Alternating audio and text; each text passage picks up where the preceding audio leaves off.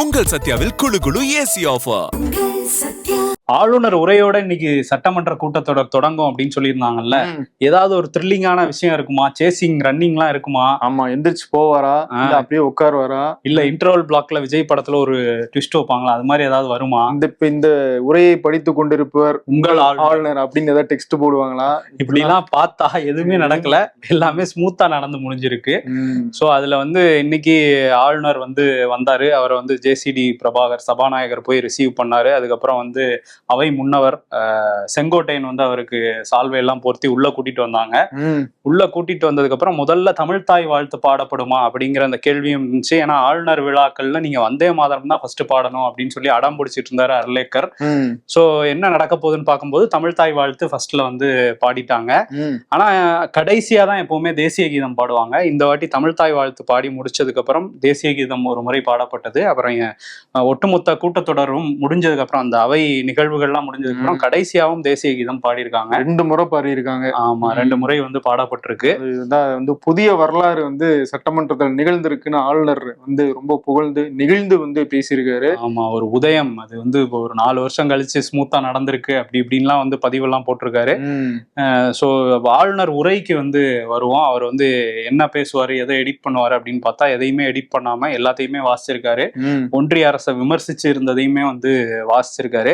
ஏன்னா 2022 அதாவது திமுக ஆட்சிக்கு வந்தாங்க. அந்த டைம்ல RN ரவி அவர் ஆளுநரா இருந்தாரு. அந்த 2022 கூட்டத்தொடர் தொடங்குறதுக்கு முன்னாடி RN ரவி அதுல உள்ள எல்லாத்தையுமே வாசிச்சாரு. ஆமா, அதுல ஒன்றிய அரசு விமர்சனங்கள் இருந்தது. அதே மாதிரி காமராஜர், பெரியார் போன்ற முக்கியமான தலைவர்கள் பத்திலாம் இருந்துச்சு. அந்த தலைவர்களுடைய பேர்லாம் அடுத்த வருஷம் படிக்க மாட்டேன்ட்டாரு. ஆனா முதல் வருஷம் படிச்சாரு. படிச்சதுக்கு அதுக்கப்புறம் 3 வருஷம் அடுத்த வருஷம் எடிட் பண்ணாரு. அடுத்த வருஷம் ரன்னிங் பண்ணாரு.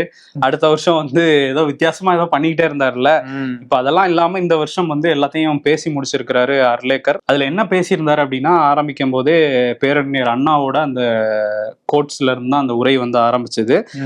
நாட்டின் உண்மையான எஜமானர்கள் மக்கள் தான் அப்படின்னு அண்ணா சொன்ன விஷயத்துல இருந்து ஆரம்பிச்சு விஜய்க்கான புகழ்ச்சி, முதலமைச்சர் விஜய் அதை பண்ணியிருக்கிறாரு இதை பண்ணியிருக்காருங்கிற மாதிரி ஒரு புகழ்ச்சி இருக்கும்ல, அதுவும் இருக்குது. ஏன்னா விசில் புரட்சி எப்பயும் இல்லாத அளவுக்கு 67 77 திரும்ப வந்திருக்கு, அந்த வரலாறு திரும்பி இருக்கு அப்படின்லாம் சொல்லியிருந்தாங்க. ஆளுநர் இவ்வளவு தூரம் எழுதி கொடுத்து அனுப்புறது தானே. ஏன்னா ஆளுநர் உரைங்கிறதே அரசு எழுதி கொடுப்பாங்க, அதை வாசிக்கிறது தானே. இதெல்லாம் நம்ம முன்ன பின்ன RN ரவி கிட்ட பார்த்தது இல்லையா? புதுசா இருக்கு. அதான் 2022 பார்த்தது. அதுக்கப்புறம் பார்க்கல. அப்பயுமே அந்த ஆட்சியை புகழ்ந்திருந்தாரு, திமுக ஆட்சியை. அதுக்கப்புறம் தான் படிக்க மாட்டேன்னு சொல்லிட்டாரு, இதெல்லாம் கிடையாதுன்ட்டு.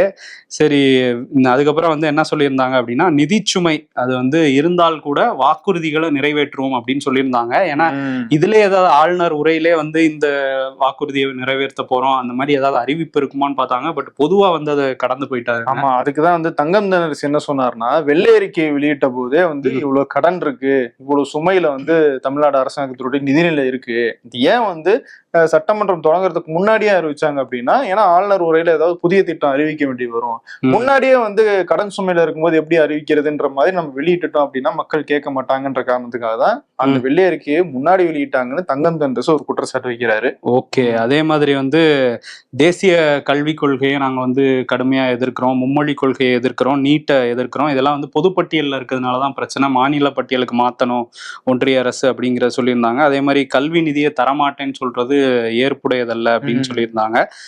ஒன்றிய அரசோட நிதி பகிர்வுலையும் அநீதி நடந்திருக்கு அப்படிங்கிற மாதிரியான வாசகங்களையும் ஆளுநர் அர்லேக்கரே படிச்சிருந்தாரு. அநீதின்னு இதெல்லாம் சொல்றாங்க. ஆனா வெள்ளை அறிக்கையில தமிழ்நாடு அரசு, அதாவது திமுக ஆட்சி தான் அந்த நிதி வருவாய், அதாவது வரி வருவாயை திரட்ட தவறிட்டாங்க அப்படின்னா அதுல குற்றச்சாட்டை வச்சிருந்தாங்க. இதுல நேரடியாவே சொல்லியிருக்காங்க. ஆமா, அதே மாதிரி மேக்கேதாட்டு விவகாரம், அதுல நமக்கு வர வேண்டிய விஷயத்த கொடுக்க மாட்டேங்கிறாங்க. தண்ணிய உபரி நீரை தான் கொடுத்துக்கிட்டு இருக்கிறாங்க. இந்த இதை சட்ட ரீதியா நாங்க எதிர்கொள்வோம்னு சொல்லியிருக்காங்க. முல்லை பெரியாறு அந்த அணையில உள்ள பிரச்சனைகள் அதை பத்தி பேசியிருந்தாங்க. லஞ்சம் ஊழல் இல்லாத நிர்வாகத்தை கொடுப்போம் அப்படிங்கறதெல்லாம் சொல்லியிருந்தாங்க. அதே மாதிரி இந்த வெளியில சில விஷயங்கள் பேசப்பட்டு இருந்தது. டாஸ்மாக் கட்சிக்கு நிதி போயிட்டு இருந்தது, அதை மடைமாற்றி அரசுக்கு கொண்டு வந்துட்டாங்கலாம் சொன்னாங்க. அதை பத்தி ஆளுநர் உரையில அந்த நிதி 1000 கோடி கிட்ட வரும் அப்படிங்கிறத நாங்க எதிர்பார்க்கிறோம்லாம் சொல்லியிருந்தாங்க. அதே மாதிரி இதுலயும் திமுக ஆட்சி கடந்த 5 ஆண்டுகளை மட்டும் எடுத்துக்கிட்டு போதைப் பொருள் அதிகமா இருக்கு அந்த பரவல் அப்படிங்கிறது, அதே மாதிரி கடன் அதிகமா இருக்கு அப்படின்லாம் சொல்லியிருக்காங்க.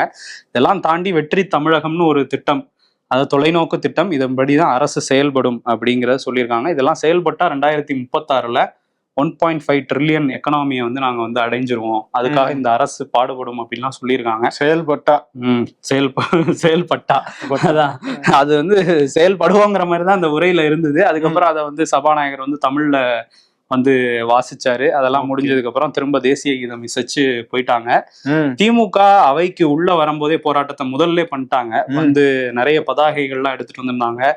வாயத்திறங்க சிஎம் அப்படின்னு சொல்லிட்டு பேட்ச் எல்லாம் வந்து போட்டுட்டு வந்திருந்தாங்க. கதறது கேக்குதா சிஎம் அப்படின்னு போட்டிருந்தாங்க. ரீல்ஸ் இங்கே ரியல் எங்கே அப்படின்னு வந்து நிறைய பேனர்ஸ் எல்லாம் எடுத்துட்டு வந்திருந்தாங்க. அந்த போராட்டம் எல்லாம் முடிச்சிருந்தாங்க.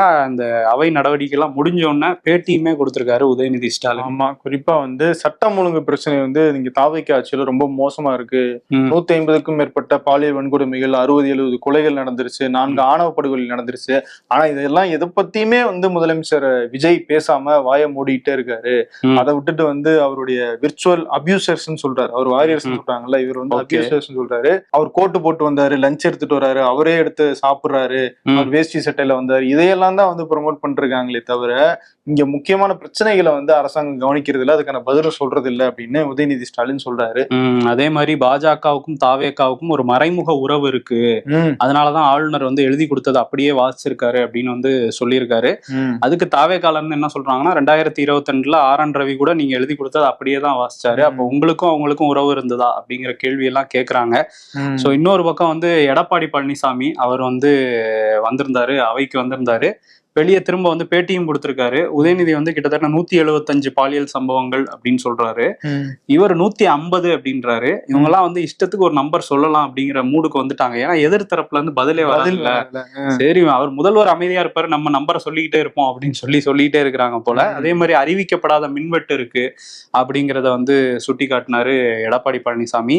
இன்னொரு பக்கம் வந்து அறிவிப்புகள் எதுவுமே இல்லை ஆளுநர் உரையில, புதிய அறிவிப்புகள் இருக்கும்னு பார்த்தா அப்படி எதுவுமே இல்லை அப்படிங்கிறதையும் சொல்லியிருந்தாரு. உதயநிதி இன்னொரு முக்கியமான விஷயமும் சொல்றாரு. இப்ப கொள்கை முடிவுகளாக சில விஷயங்களை வந்து அறிவிச்சிருக்காங்களா ஆளுநர் உரையில். இருமுறை கொள்கை, நீட் எதிர்ப்பு, கல்வி மாநில பட்டியலுக்கு மாத்துறது, வரி வருவாய் வாங்குறது, இது எல்லாமே வந்து திமுக வந்து வலியுறுத்திய விஷயங்கள், திமுக கடைபிடித்த விஷயங்கள். அதையே தான் தாவேக்காவும் வந்து இப்போ ஸ்டிக்கர் ஒட்டி அவங்க பேர்ல எழுதியிருக்காங்க அப்படின்னு சொல்லி உதயநிதி சொல்றாரு. ஆனா அதை வரவேற்க தானே வேணும். நம்ம சொன்ன நல்ல விஷயம் தான், அதையும் இவங்க எடுத்துக்கிறாங்கிறத வரவேற்கணும். பட் இதையும் ஸ்டிக்கர் அப்படின்னு சொல்லிட்டு அவரு கடந்து போறாரு. சரி, ஓகே. இன்னொரு பக்கம் சௌமியா அன்புமணி அவங்க வந்து சாதிவாரி கணக்கெடுப்பு, அந்த சமூக நீதி கணக்காய்வு நாங்க பண்ணுவோம் அப்படின்னு அந்த ஆளுநர் உரையில இருந்தது. அதை வந்து அவங்க சௌமியா அன்புமணி அங்க வரவேற்றிருக்காங்க, அன்புமணியும் வந்து அங்க வரவேற்றிருக்காரு தனியா. இன்னொரு பக்கம் ஆளுநர் உரை மீதான விவாதம் அது வந்து 3 நாட்கள் நடைபெறும் அப்படின்னு சொல்லியிருக்காங்க. நாளைக்கு, அதுக்கப்புறம் 22, 23 இந்த 3 நாட்கள்ல நடைபெறும் அப்படின்னு சொல்லியிருக்காங்க. இந்த 3 நாட்களும் குறுகிய கால கூட்டத்தொடரா இது வந்து முடிய போறதுனால வினா விடைக்கு இங்க நேரம் இல்லை, தாமதமாகும் நீங்க கேள்வி கொடுத்து பதில் வாங்குறதுக்கு. அதனால இது வந்து ஆளுநர் உரை மீதான விவாதம் மட்டும்தான். இல்ல 23ஆம் தேதி பதிலளிப்பாரு முதலமைச்சர் அப்படிங்கிற மாதிரி சொல்லியிருக்காரு சபாநாயகர். இது அலுவல் குழு கூட்டத்துல எடுக்கப்பட்ட முடிவுன்னு சொல்றாங்க. அந்த அலுவல் குழுல வந்து முதலமைச்சரும் இருக்காரு, எதிர்கட்சி தலைவர் உதயநிதி ஸ்டாலின், சபாநாயகர் ஜேசிடி பிரபாகர், இவங்க எல்லாம் வந்து இருக்காங்க, நியமிக்கப்பட்டிருக்காங்க. ஸோ இதெல்லாம் வந்து இன்னைக்கு அங்க நடந்திருக்கு. இதுல இந்த 2 முறை தேசிய கீதம் அப்படிங்கிறது வந்து அவர் ஆளுநர் வந்து அது ஒரு புதிய உதயம் அப்படின்லாம் சொல்லி அவர் ஒரு நிகழ்ச்சி, ஒரு பதிவு, ஒரு சுமூகமா முடிஞ்சிருக்கு அப்படின்லாம் சொல்லி போட்டிருக்காருல. இப்போ அதை பத்தி பத்திரிகையாளர்கள் கேள்வி எழுப்புனாங்க ராஜ்மோகன் கிட்ட, அமைச்சர் ராஜ்மோகன் கிட்ட. அவர் வந்து என்ன சொல்றாருன்னா, தமிழ்தாய் வாழ்த்து முதல்ல பாடணும் அப்படின்னு சொல்லிடுறது நம்ம மரபு, அதை பாடிட்டோம். 2 முறை தேசிய கீதம் பாடுறதுல என்ன பிரச்சனை இருக்கு அப்படிங்கிற மாதிரி அவரும் கடந்து போறாரு. அது தவறு இல்லைன்னு சபாநாயகரும் கடந்து போறாரு. அது ஒரு பிரச்சனையா ஆக்கிக்கிட்டு எதுக்கு நசன்ட்டு சொந்தமா வேலையை பார்த்தோமா போலமா இருக்கலாமா அப்படின்ற மாதிரி போறாங்க போல. அப்படிங்கிற ஒரு மூடுக்கு தாவேக அரசு வந்திருக்காங்க. அதே மாதிரி வாயத்திறங்க சிஎம் அப்படின்னு சொல்லியிருந்தாங்கல்ல, அதுக்கு நிர்மல்குமார் என்ன சொல்றாருன்னா 23ஆம் தேதி வாயை திறந்துருவாரு, ஏன்னா அன்னைக்கு பேசுவாருங்கிற மாதிரி சொல்லியிருக்காரு. ஏன்னா வந்து அன்னைக்கு தானே வந்து பதில் சொல்ல முடியும். இன்னைக்கு ஆளுநர் பேசுறப்ப வாயத்துறாங்கன்னு நீங்க போட்டுட்டு வந்தீங்கன்னா, நீங்க எம்எல்ஏவா இருந்தீங்கல்ல, உங்களுக்கு தெரியாதா உதயநிதின்னு கேக்குறேன். அப்ப சட்டமன்றத்துல விவாதங்களுக்கு எல்லாம் அவர் எப்படி பதில் சொல்றாரு அப்படிங்கறத பாக்கலாம். ஏன்னா உடனே பதில் சொல்றா, வினா விடையே இல்ல. அதனால வந்து அடுத்த பட்ஜெட் கூட்டத்தோட வரும்ல, அப்ப வந்து நமக்கு தெரியும் என்ன பண்றாங்க அப்படின்னு சொல்லிட்டு. தமிழ்நாட்டினுடைய நிதிநிலை குறித்து ஒரு வெள்ளை அறிக்கையை வெளியிட்டாங்க. அடுத்து மின்வாரியத்துக்கு அப்படின்னு அமைச்சர் நிர்மல்குமார் அறிவிச்சிருக்காரு. ஏன்னா இப்ப நிறைய பவர் கட் எல்லாம் ஆகுதுல்ல, அதுக்கு அவர் காரணமா சொன்னது வந்து நிறைய எக்யூப்மெண்ட்ஸ் எல்லாம் வாங்காம விட்டாங்க, புதுப்பிக்காம விட்டாங்க, இந்த டிரான்ஸ்ஃபார்மர்ஸ் எல்லாம் வாங்கல, இதெல்லாம் தான் பிரச்சனை இந்த பவர் கட்டுக்கு அப்படின்னு அவர் சொல்லியிருந்தார்ல. அந்த மாதிரி என்னென்னலாம் பிரச்சனைகள் இருக்கு அப்படிங்கறத ஒன்று திரட்டி ஒரு வெள்ளை அறிக்கையாக வெளியிட போறோம், அடுத்த வாரம் வெளியிடுவோம் அப்படின்னு அவர் சொல்லியிருக்காரு. வார வாரம் ஒரு வெள்ளை அறிக்கை வரும். வெள்ளை அறிக்கை தான். ஓகே, சரி, வெள்ளை அறிக்கை அது வரும்போது என்ன நடக்குது அப்படின்னு பார்ப்போம். இன்னொரு பக்கம் அந்த மின் வாரியத்துல நிறைய பிரச்சனைகள் இருக்கு, நிறைய புகார்களும் இருக்கு. நாங்களே 40 புகார்கள் மேல கொடுத்துருக்கோம், அதெல்லாம் எஃப்ஐஆர் போட்டு நடவடிக்கை எடுங்கிற மாதிரியும் அறப்போர் இயக்கத்துல இருந்து நிர்மல்குமாரையே சந்திச்சு எல்லாம் புகார் கொடுத்துருக்காங்க. இன்னொரு பக்கம் வந்து சோஃபா, அந்த 4 பேர் உட்கார்ற சோஃபா இப்ப 5 பேர் சோஃபாவா மாறிடுச்சு அப்படின்னு சொல்லிட்டு எதிர்க்கட்சி தலைவர் உதயநிதி ஸ்டாலின் ஒரு கார்ட்டூன் படம் மாதிரி ஒண்ணு போட்டு விமர்சனம் பண்ணியிருந்தாரு. 5வது யார்? விஜயபாஸ்கரா? ஆமா, விஜயபாஸ்கர் வந்து உட்கார போறாரு, அதிமுக ரிசைன் பண்ணிட்டுங்கிற மாதிரி அவர் அந்த பதிவை போட்டிருந்தாரு. இதுக்கு வந்து மக்கள் நல்வாழ்வுத்துறை அமைச்சர் அருண்ராஜ் வந்து ஒரு பதிலடி பதிவு மாதிரி ஒன்று போட்டிருக்காரு. அதுல என்ன சொல்றாருன்னா, தந்தை பெரியார் பேரறிஞர் அண்ணா பேரை வச்சுக்கிட்டு அதை ஒரு கேடயமா பயன்படுத்திக்கிட்டு தாத்தா, அதுக்கப்புறம் மகன், அதுக்கப்புறம் அவரோட மகன் பேருன்னு இப்படியே சனாதன சோஃபா மாதிரி சோஃபால சாஞ்சு கிடக்கிற வாரிசு தான் உதயநிதிங்கிற மாதிரி கடுமையான பதிவெல்லாம் போட்டு, இது வந்து சோஃபா தான் ஆனா ஜனநாயக சோஃபாங்கிற மாதிரி சொல்லியிருக்காரு. அதிகார பரவல் வந்து நடந்திருக்கு, அமைச்சரவையில பங்கு கொடுத்தது வந்து அவர் சொல்றாரு. ஸோ அந்த மாதிரி ஜனநாயக சோஃபா தான் அமைச்சர்கள் உட்கார்ந்துருக்குங்க மாதிரி அவரு சொல்லி ஒரு பதில் போட்டிருக்காரு. ஓஹோ, இன்னொரு பக்கம் வந்து அந்த சோஃபால 6வது இடம் கிடைக்குமா அப்படின்னு ட்ரை பண்றாரா என்னன்னு தெரியல. வைகோ அவர் வந்து நேற்று முதலமைச்சர் விஜய போய் பார்த்திருக்காரு. இவர் வந்து 6வது இடத்துக்கு வந்துருவாரோ அப்படின்னு தான் எல்லாரும் எதிர்பார்த்தாங்க. ஆனா வந்து அவர் ஒரு புக் ரிலீஸ் பண்றாராம். அவர் 30 ஆண்டுகளாக நாடாளுமன்றத்துல ஆற்றிய உரை இருக்குல்ல, எல்லாம் தொகுத்து ஒரு புக் ஆக்கி இருக்காராம். அதை வந்து டெல்லியில துணை ஜனாதிபதி சிபி ராதாகிருஷ்ணன் வெளியிட முதல்வர் விஜய் வந்து வாங்கிக்கணும் அப்படின்னு சொல்லி அவர் கோரிக்கை வச்சிருக்காராம். அதை ஏத்து வந்து விஜயும் வரேன்னு சொல்லியிருக்காரு அப்படின்னு வைகோ சொல்லியிருக்காரு. அப்ப அடுத்த ஒரு புக் ரிலீஸ் வந்து அங்க பண்ண போறாரா? டெல்லியில நடக்க போகுதுன்னு நினைக்கிறேன். அது மட்டும் இல்ல, தாவேக்கா ஆட்சி மிக சிறப்பாக நடந்துகிட்டு இருக்கு, கமிஷன் கரப்ஷன்ல இல்லாம இந்த 1 மாசத்துலயே மாத்திட்டாங்க அப்படின்னு வைகோ சர்டிபிகேட் வேற கொடுத்திருக்காரு. கொடுத்துட்டாரா? இப்பவே 27ஆம் தேதி வரை வெயிட் பண்ண வேணாம் போல. ஏன்னா 27ஆம் தேதி பொதுக்குழுவை கூப்பிட்டு அறிவிப்போம்னாங்க. அப்ப அந்த உதயசூரியன் சின்னத்துல போட்ட 2 எம்எல்ஏக்களை அங்கேயே நீங்க அவங்களே வச்சுக்கங்கன்னு சொல்லிடுவாங்க. அப்படி சொல்ல மாட்டாங்க, உள்ளாட்சியில ஏதாவது நமக்கு கிடைக்குமா அப்படிங்கிற மாதிரி தேடுவாங்களா இருக்கும். அங்கேயுமே ஏதோ லெட்டர் கேட்கறதா சொல்றாங்க, எங்களுக்கும் உங்களுக்கு சம்பந்தம் இல்லை, இந்த 2 எம்எல்ஏக்களுக்கு எழுதி கொடுங்கன்னு திமுக கதவை போய் தட்டுறதா சொல்றாங்க. பட் அது அவங்க எப்படி கொடுப்பாங்க? அவங்க கொடுக்க மாட்டாங்க. ராஜினாமா பண்ணுவாங்களாங்கிற கேள்வியை முன் வைக்கிறாங்க. பட் அதெல்லாம் வந்து யூகங்களுக்கு நான் பதில் சொல்ல முடியாதுன்னு வைகோ வந்து அது வந்து இந்த கேள்வியை கடந்து போயிருக்காரு. ஓகே, சரி, ஓகே, பாப்போம் வர வாரத்துல என்ன நடக்குதுன்னு. இன்னொரு பக்கம் அமைச்சர் ராஜேஷ்குமார், இவர் வந்து காங்கிரசினுடைய எம்எல்ஏவாக இருந்து அமைச்சராக இருக்காரு கூட்டணியில. அவர் என்ன சொல்றாரு, மேகதாதுல கர்நாடகா அணை கட்டிட்டாங்க அப்படின்னா நான் பதவியை ராஜினாமா பண்றேன், பதவியை தூக்கி எறிஞ்சிருவேன் அப்படின்னு சொல்லியிருக்காரு. அங்கேயே காங்கிரஸ் ஆட்சி தானே. ஆமா, அதனால அங்க போய் ஜாயின் பண்ணிடுவாங்க. அது முடியாது. அதுக்கப்புறம் நீங்க பதவியை ராஜினாமா பண்ணா என்ன, பண்ணாட்டி என்ன? ஆமா, இதுல இன்னைக்கு டிகே சிவகுமார் வேற பேசியிருக்காரு. விஜய் எல்லாம் தப்பா சொல்லிட்டு இருக்காரு. விஜய் அரசியல் பண்றாரு இந்த மேகதாது விஷயத்த வச்சு. நாங்க வந்து அது குடிநீருக்கு தான் எடுப்போம், அது வந்து பயிர்களுக்கு எடுக்க மாட்டோம், இதனால தமிழ்நாட்டுக்கு வந்து எந்த பிரச்சனையும் வராது மேகதாது அணை கட்டினா கூட அப்படின்னு வந்து ஒரு கதையை அங்க உருட்டிக்கிட்டு இருக்காரு. பட் அது நிச்சயமா ஒரு பெரிய பிரச்சனை. இங்க உள்ள விவசாயிகள், டெல்டா விவசாயிகள், இன்னும் சொல்ல போனா பல மாவட்டங்கள், 20 மாவட்டங்களுக்கு மேல அது மேகதாது அணை வந்துச்சுன்னா அது பாதிப்பு ஏற்படும். ஏற்கனவே தண்ணி கொஞ்சம் கொஞ்சமா தான் வந்துகிட்டு இருக்கு. இப்ப அதுவும் வர்றதுக்கான வாய்ப்பு இல்லாம வந்து போயிடும் அப்படிங்கிற ஒரு சூழல் ஏற்படும். ஆமா, அதே மாதிரி இன்னொரு விஷயம் என்னன்னா, முதலமைச்சர் விஜய்க்கு வந்து ஜூன் 22ஆம் தேதி பிறந்த நாள். அதை முன்னிட்டு வனத்துறை அமைச்சர் வந்து ஒரு அறிவிப்பை வெளியிட்டு இருக்கிறாரு. என்னன்னா, ஜூன் 21, 22 இந்த 2 நாள்லயும் இங்க வண்டலூர்ல உள்ள உயிரியல் பூங்கா, சேலம் உயிரியல் பூங்கா, வேலூர் உயிரியல் பூங்காலாம் கட்டணம் இல்லாம வந்து பொதுமக்கள் போயிட்டு வரலாம் அப்படிங்கிற மாதிரி பார்வையிட்டு வரலாம் அப்படின்னு சொல்லியிருக்காரு. இதுல வந்து இந்த செலவு வந்து அரசு ஏத்துக்க போறது இல்ல. அவர் வந்து அந்த வனத்துறை அமைச்சர் ரஞ்சித் குமாரும் அவரோட சகோதரரும் சேர்ந்து ஒரு வாழ்மணி நாயக்கர் குடும்ப அறக்கட்டளைன்னு ஒரு அறக்கட்டளை வச்சிருக்காங்களாம். அவங்க வந்து ஏத்துக்க போறோம், மக்கள் வந்து பார்க்கலாம் அப்படிங்கிற மாதிரி, ஏழை எளிய மக்கள்லாம் வரலாம் அப்படின்லாம் சொல்லி அந்த பதிவு அவர் வந்து தனியா சொல்லிக்கிட்டு இருக்கிறாங்க அவரோட ஆட்கள். இதுல என்னன்னா முதல்ல ஒரு சர்ச்சையாயிருச்சு. ஏன்னா வந்து அரசு பணமா உங்க அப்பா வீட்டு பணமான்லாம் டிஎம்கே ஐடிவிங்ல இருந்து போஸ்ட் எல்லாம் போட்டிருந்தாங்க. அதுக்கு தாவேக்கால இருந்து இப்ப என்ன சொல்றாங்கன்னா, சில ஊடகங்கள் திட்டமிட்டே வந்து பாதி செய்தியை மட்டும் போட்டிருக்காங்க. அரசே அதை ஏத்துக்கிற மாதிரி அவங்க வந்து செய்தி போட்டிருக்காங்க. அதை வச்சு டிஎம்கேயும் பொய்ய பரப்புறாங்கிற மாதிரி அது ஒரு சர்ச்சை போச்சு. இப்போ ஆனா நாங்க அறக்கட்டளை தான் ஏத்துக்கிறோங்கிற மாதிரி அவங்க வந்து சொல்லியிருக்காங்க. ஓகே. சூழல் முக்கியத்துவம் வாய்ந்த இந்த ராம்சார் நிலங்கள் அதுல வந்து இந்த பிரிகேட் ஹைட்ஸ் அப்படிங்கிற ஒரு நிறுவனத்துக்கு கட்டடம் கட்ட பெரிய பெரிய கட்டடங்கள் கட்ட அனுமதி வந்து திமுக ஆட்சியில கொடுக்கப்படுது. பெரிய சர்ச்சையாச்சு. அறப்போர் இயக்கம் அதை எதிர்த்து வந்து வழக்கெல்லாம் தொடுத்திருந்தாங்க. ஆமா, இப்ப வந்து தாவேக்கா ஆட்சியில அந்த அனுமதியை வந்து ரத்து செஞ்சிருக்கிறதாக தகவல் வந்திருக்கு. அறப்போர் இயக்கமும் அதை வந்து உறுதி பண்ணியிருக்காங்க. அறப்போர் இயக்கத்துக்கு கிடைத்த வெற்றியா அப்பது தாவேக்கா கிடைத்த வெற்றி அப்படின்னு ஒரு பக்கம் பேசிட்டு இருப்பாங்க. ஆனா அது அறப்போர் இயக்கம் என்ன சொல்றாங்கன்னா, இது தொடர்பா போராடினா எல்லாருக்கும் கிடைத்த வெற்றி அப்படிங்கறத சொல்றாங்க. அதே மாதிரி இதுல அப்ரூவல் கொடுத்த சேகர்பாபு உட்பட எல்லார் மேலேயும் நடவடிக்கை எடுக்கணும் அப்படிங்கிறதையும் சில விஷயங்கள் நம்ம வந்து பாராட்டி தான் ஆகணும். என்னன்னா இந்த அனுமதி ரத்து, அதே மாதிரி அந்த தனியார் பள்ளிகளுக்கான அந்த லைசன்ஸ் கொடுக்கறது, அதுல வந்து நிறைய பேர் வந்து சொல்றாங்க நம்ம கிட்ட, இப்போ இதுக்கு முன்னாடிலாம் வந்து நிறைய லஞ்சம் கேட்டுட்டு இருந்தாங்க, ஒரு கமிஷன் மாதிரி ஏதாவது கொடுத்தாதான் வேலை நடக்கும், இல்லாட்டி வேலையே நடக்காம 2 வருஷம் இருந்துச்சு, அதெல்லாம் வந்து உடனடியாக சரி பண்ணியிருக்காங்க. அதே மாதிரி சிபிஎஸ்இ ஸ்கூலா மாத்துறதுக்கான அந்த அனுமதியுமே வந்து 1 ரூபா கூட வாங்காம பண்ணி கொடுத்திருக்காங்க அப்படின்னு தனியார் பள்ளிகள் சங்கமும் சொல்றாங்க. நமக்கு தெரிஞ்ச வட்டாரங்கள்லயுமே நிறைய பேர் வந்து சொல்லியிருக்காங்க. ஆமா, அதே மாதிரி டிரான்ஸ்பர்ஸ் வெளிப்படைத்தன்மையோட நடக்குதுன்னு சொல்றாங்க. இன்னொரு பக்கம் இப்ப லஞ்ச ஒழிப்புத்துறை சர்ப்பதிவாளர் அலுவலகங்கள்ல சோதனை எல்லாம் நடத்தி பணம் நிறைய பிடிச்சிருக்காங்க. இன்னொரு பக்கம் போக்குவரத்து துறை அலுவலர்கள்கிட்டையும் நடத்துறாங்க. இது தொடரணும் அப்படிங்கிறது தான் மக்களோட எதிர்பார்ப்பா இருக்கு. ஏன்னா மக்கள் கிட்ட காசு வாங்குறாங்கிறது இன்னும் பல இடங்கள்ல வந்து நடந்துகிட்டு இருக்கு. அதை வந்து தடுத்து நிறுத்தணும். திமுகல பல மாற்றங்கள் பண்ணணும் அப்படின்னு சொல்லி நிறைய ஆலோசனை கூட்டங்கள்லாம் நடத்தினாங்க. அதுல வந்து ஜூனியர் நிர்வாகிகள், அதாவது சீனியர்ஸ், சூப்பர் சீனியர்ஸ்லாம் இருக்கிறாங்க துரைமுருகன் வரையும். இளைஞர் அணி நிர்வாகிகள்லாம் என்ன ஆசைப்படுறாங்கன்னா, இளம் முகங்கள் வந்து எல்லா பதவிக்கும் வரணும், சீனியர்ஸ் வந்து ஓரங்கட்டப்படணும். அப்படிதான் இப்ப மக்கள் வந்து வாக்களிக்கிறாங்க. இன்னொன்னு, அரசியல் மேல ஆர்வம் உள்ள இளைஞர்கள்லாம் தாவேகா பக்கம் போயிட்டு இருக்காங்க. அதை நம்ம தடுத்து நிறுத்துறதுக்கு இங்க வந்து ஒரு மாற்றம் வரணும் அப்படின்னு வந்து ஒரு விவாதம் நடந்திருக்கு. அதுல வந்து என்ன சொல்லியிருக்காங்க அப்படின்னா, உதயநிதியை வந்து செயல் தலைவரா அறிவிக்கலாம் அப்படிங்கிற ஒரு திட்டத்தை வந்து முன் வச்சிருக்காங்க. மாவட்ட செயலாளர்களை அதிகப்படுத்துறது, இதெல்லாம் வந்து பல திட்டங்கள் அதுல வந்து சொல்லப்பட்டிருக்கு. உதயநிதியை செயல் தலைவரா அறிவிக்கலாமா அப்படிங்கிற விவாதம் ரொம்ப தீவிரமா போறதாவே சொல்றாங்க.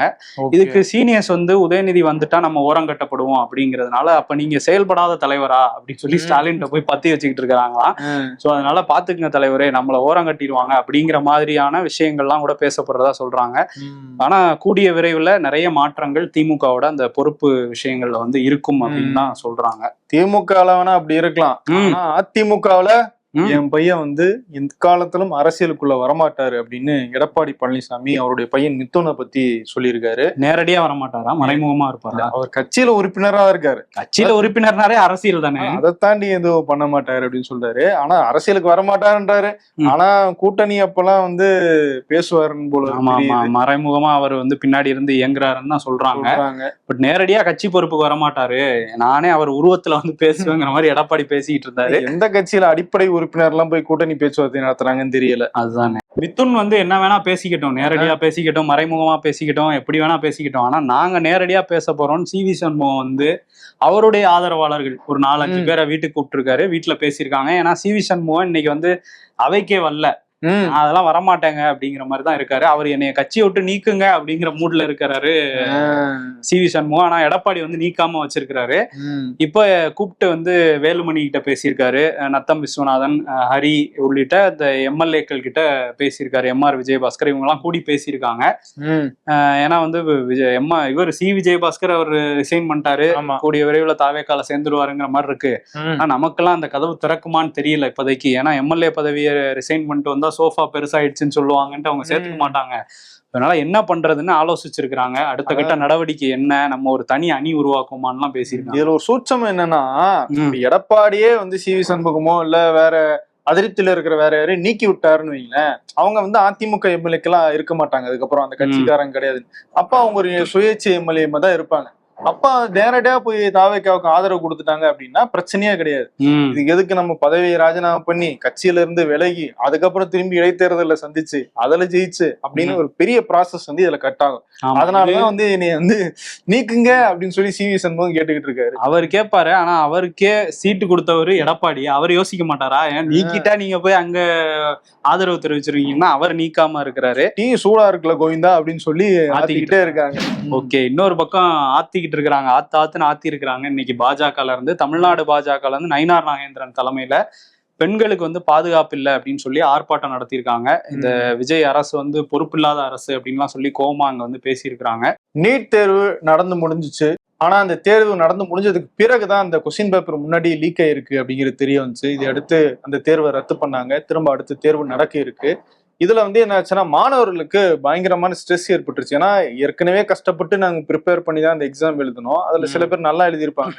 அவங்க வந்து திரும்ப நம்ம இந்த தேர்வு எழுதணுமா அப்படின்னு ஒரு மன அழுத்தத்துக்கு நிறைய மாணவர்கள் ஆளானதாக செய்தி வந்துச்சு. வட இந்தியாவிலும் சரி சில மாணவர்கள் தற்கொலை பண்ணிட்டாங்க அப்படிங்கிற செய்திகளை பார்த்தோம். இப்ப கோவையில அணுகீர்த்தனா அப்படிங்கிற ஒரு மாணவி, அவங்க இந்த 2வது முறையாக இந்த தேர்தலை எழுதணுமா அப்படின்னு ஒரு மன அழுத்தத்துல இருந்திருக்காங்க. எனக்கு பயமா இருக்கு அப்படின்னு வந்து சொல்லிட்டே இருந்திருக்காங்க வீட்டுல. இந்த நிலையில வந்து நேத்து அவங்க வீட்லயே வந்து தற்கொலை பண்ணியிருக்காங்க.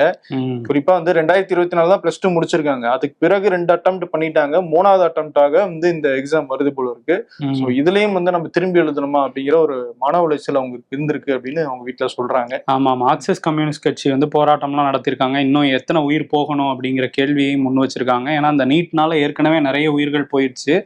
இப்போ இந்த இடைப்பட்ட காலத்துல, அதாவது ஃபர்ஸ்ட் எக்ஸாம் கேன்சல் பண்ணாங்கல்ல, அதுல இருந்து இப்ப மறுதேர்வுன்னு அறிவிச்சு இந்த இடைப்பட்ட காலத்திலே 10 பேர் வரையும் இந்தியா முழுக்க உயிரிழந்திருக்கதா சொல்றாங்க. இந்த மாதிரி உயிரை மாச்சிக்கிட்டு இருந்திருக்காங்க தற்கொலை பண்ணி. டேராடூன்ல கூட நேற்று ஒரு சம்பவம் நடந்ததா சொல்றாங்க. அந்த நீட் தேர்வுக்கு வந்து பயந்து ஐ லவ் யூ அம்மா அப்பாங்கிற மாதிரி எழுதி வச்சுட்டு அவங்க வந்து உயிரிழந்திருக்காங்க. ஸோ இது வந்து தற்கொலை எதுக்குமே தீர்வல்ல. பட் இந்த மத்திய கல்வித்துறை அமைச்சகம், தர்மேந்திர பிரதான் இந்த மாதிரி ஒழுங்கா எக்ஸாம் நடத்த தெரியாதவங்களால இவ்வளவு உயிர்கள் போகுதுன்னா அதுக்கு ஒரு பொறுப்பு கூட ஏற்றுக்க மாட்டேங்கிறாங்க இந்த மோடி அரசாங்கம். தர்மேந்திர அதான் காக்ரோச் ஜனதா பார்ட்டி அவர் பதவி விலகணும் அப்படின்னு சொல்லி கேட்டுக்கிட்டே இருக்காங்க. ஆனா அதை பத்திலாம் வந்து அவங்க கண்டுக்கிறதே கிடையாது. இல்ல, அவங்க எதுல பிஸியா இருக்காங்கன்னா பிஜேபி, இன்னொரு பக்கம் சிவசேனால ஒரு 6 எம்பிஸ் ரெடியா இருக்காங்க போல, அவங்கள தூக்குறதுல பிஸியா இருக்காங்க. ஏற்கனவே உத்தவ் தாக்கரே வந்து சிவசேனா கட்சியை நடத்திக்கிட்டு இருந்தாரு. அவரை வந்து அவர்கிட்ட இருந்து உடைச்சு ஏக்நாத் ஷிண்டேவை கூட்டிட்டு போனாங்க பிஜேபி பக்கம். இப்ப ஏக்நாத் ஷிண்டே பக்கம் தாவறதுக்கு ஒரு 6 எம்பிக்கள், மொத்தமே 9 மக்களவை எம்பிக்கள் இருக்காங்க உத்தவ் சிவசேனாக்கு. அதுல 6 பேர் வந்து மீட்டிங் கூப்பிட்டு இருக்கிறாங்க, வாங்க பார்லிமெண்டரி மீட்டிங் நம்ம எல்லாரும் சந்திப்போம் அப்படின்ட்டு. அந்த மீட்டிங்க்கு 6 பேர் வரல. அதுக்கு வந்து ஆபரேஷன் டைகர் அப்படின்லாம் நேஷனல் மீடியா வந்து பேர் வச்சிருக்காங்க. அவங்களெல்லாம் தூக்குறாங்களாம். ஆபரேஷன் லோட்டஸ் மாதிரி இது ஆபரேஷன் டைகர். ஏக்நாத் ஷிண்டே பக்கம் தூக்குறாங்க. அதுக்கு பின்னணியில பிஜேபி இருக்குங்கிற மாதிரி தான் சொல்றாங்க. ஸோ இதுலதான் பிஸியா இருக்காங்களே தவிர மாணவர்களை பத்தி சிந்திக்கிறதே இல்லை இந்த அரசாங்கம். ஒரு வழியா ஈரானுக்கும் அமெரிக்காவுக்கும் இடையில அந்த போர் நிறுத்த ஒப்பந்தம் வந்து கையெழுத்தாகிருச்சு. டொனால்டு ட்ரம்ப்பும் இந்த பக்கம் ஈரானுடைய அதிபர் பெசஸ்கியான் இவங்க 2 பேருமே வந்து ஒரே இடத்துல கையெழுத்து போடல, வெவ்வேறு இடத்துல இருந்து அது ஆன்லைன்ல வந்து அந்த கையெழுத்தை வந்து போட்டிருக்காங்க. ஸோ இப்போ வந்து அந்த போர் நிறுத்தம் வந்து உறுதியாகிருச்சு. இருந்தாலும் இது ஃபைனல் அக்ரிமெண்ட் கிடையாது. இது முதல்ல நாங்க தாக்குதல் நிறுத்துறோம் அப்படிங்கிறதுக்கான அக்ரிமெண்ட். இது இன்னும் 60 நாட்கள் வந்து அடுத்து டிஸ்கஸ் பண்ணுவாங்க. அதுல இன்னும் நிறைய பாயிண்ட்ஸ் வந்து டிஸ்கஸ் பண்ணிட்டு இறுதியாக ஒரு அக்ரிமெண்ட்டை போடுவாங்க. ஸோ அது வரைக்கும் இப்போ இந்த ஸ்ட்ரெய்ட் ஆஃப் ஹோர்முஸ் திறக்கப்படுது. அதே மாதிரி ஈரானுடைய கப்பல்களை வந்து அமெரிக்கா முடக்கி வச்சிருந்தாங்கல்ல, அதையும் வந்து இனிமேல் முடக்க மாட்டோம் அப்படின்னு சொல்லிட்டாங்க. இது போக ஈரானுக்கு 300 பில்லியன் அமெரிக்க டாலர்கள் அளவுக்கு வளைகுடா நாடுகள் எல்லாம் சேர்ந்து ஈரானுக்கு வந்து அந்த சேதாரங்களுக்கான நிதி கொடுக்கறதுக்கு ஒரு ஏற்பாடும் நடக்குதான். அதை பத்தியும் டிஸ்கஸ் பண்ண போறாங்களாம். ஓகே, ஜேடி வான்ஸ் வந்து அமெரிக்கா கொடுக்கல அப்படிங்கிற மாதிரி சொல்லியிருந்தாரு. பட் வளைகுடா நாடுகள்கிட்ட வாங்கி அமெரிக்கா கொடுப்பாங்க போல தெரியுது. இப்படி ஒரு 14 பாயிண்ட்ஸ் போட்டிருக்காங்க. ஸோ இதுல எல்லாத்தையும் கருத்துல பார்க்கும்போது அமெரிக்கா கேட்ட ஒண்ணு மட்டும் தான் கிடைச்சிருக்கு. ஈரான் வந்து அணு ஆயுதம் தயாரிக்க போறது கிடையாது அப்படிங்கிறதுக்கான வாக்குறுதி கொடுத்துருக்காங்க. அதை பத்தி டெக்னிக்கலா நாங்க இனிமேல் தான் பேச போறோம் அப்படிங்கிறது கிடைச்சிருக்கு. இது எல்லாமே ஈரானுக்கு தான் சாதகமா நடந்திருக்கு. இஸ்ரேல் ஏதாவது ஒரு குட்டையை குழப்பி விடுற வேலையை பார்ப்பாங்களே, அது இன்னும் ஆரம்பிக்கலையா? இஸ்ரேல் வந்து அதுக்குதான் வாய்ப்பை பார்த்துக்கிட்டே இருக்காங்க, எப்ப நடக்கும் அப்படின்ட்டு. இது என்ன ஹைலைட்னா, ஸ்ட்ரெய்ட் ஆஃப் ஹோர்முஸை திறக்கிறது தான் இதுல பெரிய சாதனையா அமெரிக்கா பேசிட்டு இருக்காங்க. அது போருக்கு முன்னாடி திறந்தானே கடந்துச்சு. அது எதுக்கு வந்து மூடி ஒரு போரை தொடங்கி இவ்வளவு பேரை கொன்னு இவ்வளவு சேதாரத்தை ஏற்படுத்தி. அதான் மீ ஆஃப்டர் ஈட்டிங் வெண்டைக்காய். மேக்ஸ் வந்து மேக்ஸ் வந்து வச்சுக்கிறேன் உன்னைய அப்படிங்கிற மாதிரி பேசுறாங்க வெண்டைக்காய் சாப்பிட்டு. Government hospital C, government school C, government job அது மட்டும் வாவுங்கிறாங்களாம்.